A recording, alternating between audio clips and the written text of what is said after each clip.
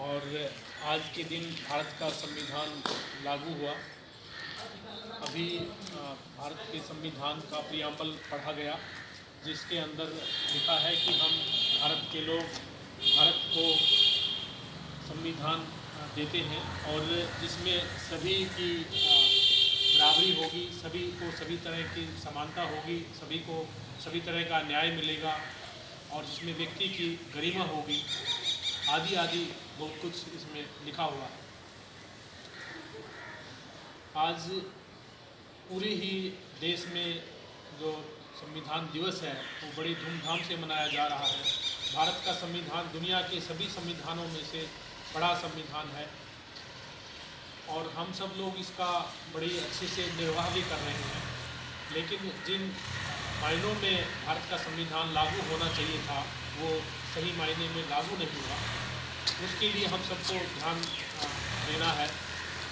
आज 2021 के अंदर जो भारत के अंदर जो आबादी की गणना होनी चाहिए थी वो आबादी की गणना नहीं हुई, क्योंकि हर सभ्य और विकसित देश के अंदर एक संविधान के हिसाब से लोगों की गिनती होती है।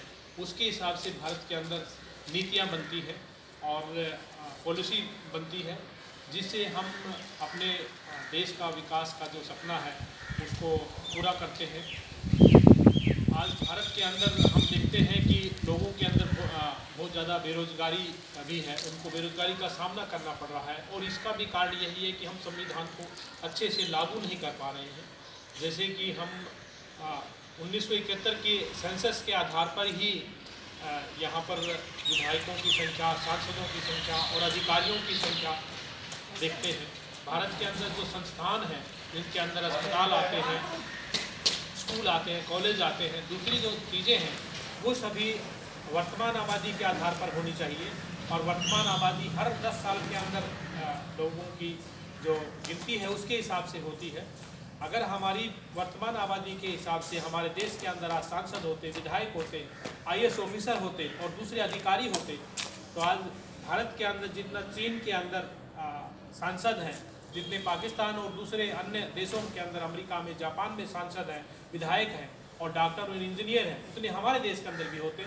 लेकिन हमने संविधान को सही ढंग से लागू नहीं किया, क्योंकि हम लोग जो हैं अपने जो संविधान के प्रति ज़्यादा जानकार नहीं हैं और उसको लागू करने के लिए हम अपने नेताओं को, अधिकारियों को विवश नहीं करते हैं।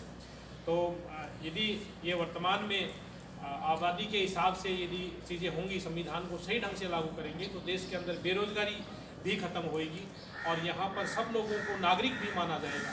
ये कितनी अचंभे की बात है कि आज 74 साल हो गए हैं हमारे देश के संविधान को लागू हुए और आज यदि हम सभी लोगों को नागरिक के रूप में स्वीकार नहीं करना चाहते हैं, अगर ऐसा होता तो 2021 की आबादी की गणना होती।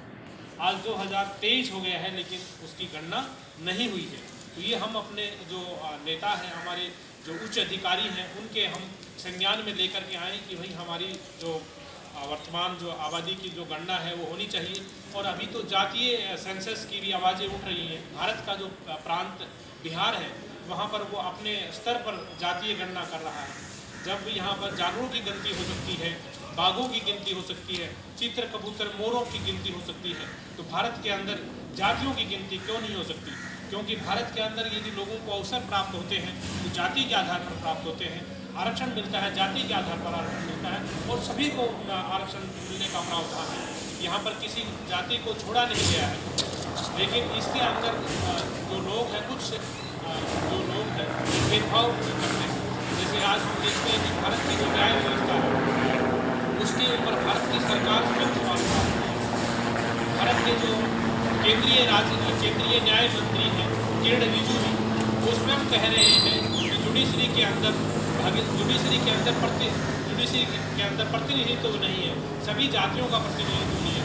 भारत के पूर्व जो राष्ट्रपति थे KR नारायण जी, वो कहते थे कि हर जाति के अंदर योग्य व्यक्ति हैं, लेकिन उन सभी योग्य व्यक्तियों को मौका नहीं मिलता है। जुडिशरी के अंदर उनको प्रतिनिधित्व नहीं मिलता है। हाई कोर्ट हो चाहे आपका सुप्रीम कोर्ट हो, सभी स्थानों पर सभी जातियों का जो प्रतिनिधित्व वो नहीं मिलता है। और यही बात आज जो सोडी जी हैं, जो पूर्व न्यायाधीश हैं, उन्होंने भी यही बात कही है।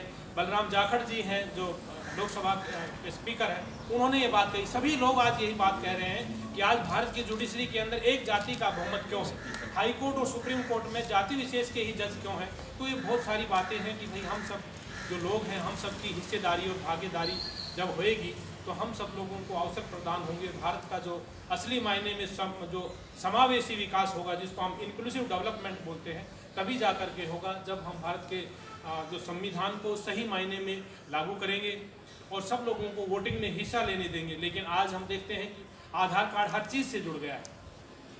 आज स्कूल की हाजिरी से जुड़ गया है, दफ्तर की हाजिरी जुड़ गया है, डिस्पेंसरी की हाजिरी से जुड़ रहा है और सब चीज़ों से जुड़ रहा है, लेकिन वो वोट से नहीं जुड़ रहा है। उसके ऊपर ये लिख दिया गया कि जिसके पास में आधार कार्ड है वो भारत का नागरिक नहीं है। तो ये किस तरह की छेड़खानी है। आज हमारा जो वोटर कार्ड बनता है वो डुप्लीकेट बनता है। क्यों? हम देश को आज़ाद हुए 75 साल से ज़्यादा हो गए हैं, 74 साल आज संविधान को लागू हो गए हों। तो ये सारी जो बीमारियां हैं, इसका इलाज कौन करेगा? इसका इलाज हम सब लोगों को मिल करके करना है, लेकिन अपनी जानकारी और होशियारी रख करके करना है। तो मैं तो आप सब से यही गुजारिश करता हूं कि हम अपने नेताओं को, अधिकारियों को, जिम्मेदार जो लोग हैं, उनके संज्ञान में ये चीज़ें लाएं और भारत के संविधान को बचाएं, भारत के लोकतंत्र को बचाएं। इसी के साथ मैं सबका साधुवाद करता हूं, विशेषकर हमारी एसएमओ महोदय डॉक्टर सुनीता महिला कल्याण जी का और हमारे दूसरे डॉक्टर का और हमारी सभी पूरे स्टाफ का और सभी का और सबको 26 जनवरी के मौके सबको बधाइयाँ और शुभकामनाएं। इसी के साथ मैं अपना वक्तव्य प्रोग्राम देता हूँ। सभी को जय भीम, जय भारत, नमो बुद्धाय।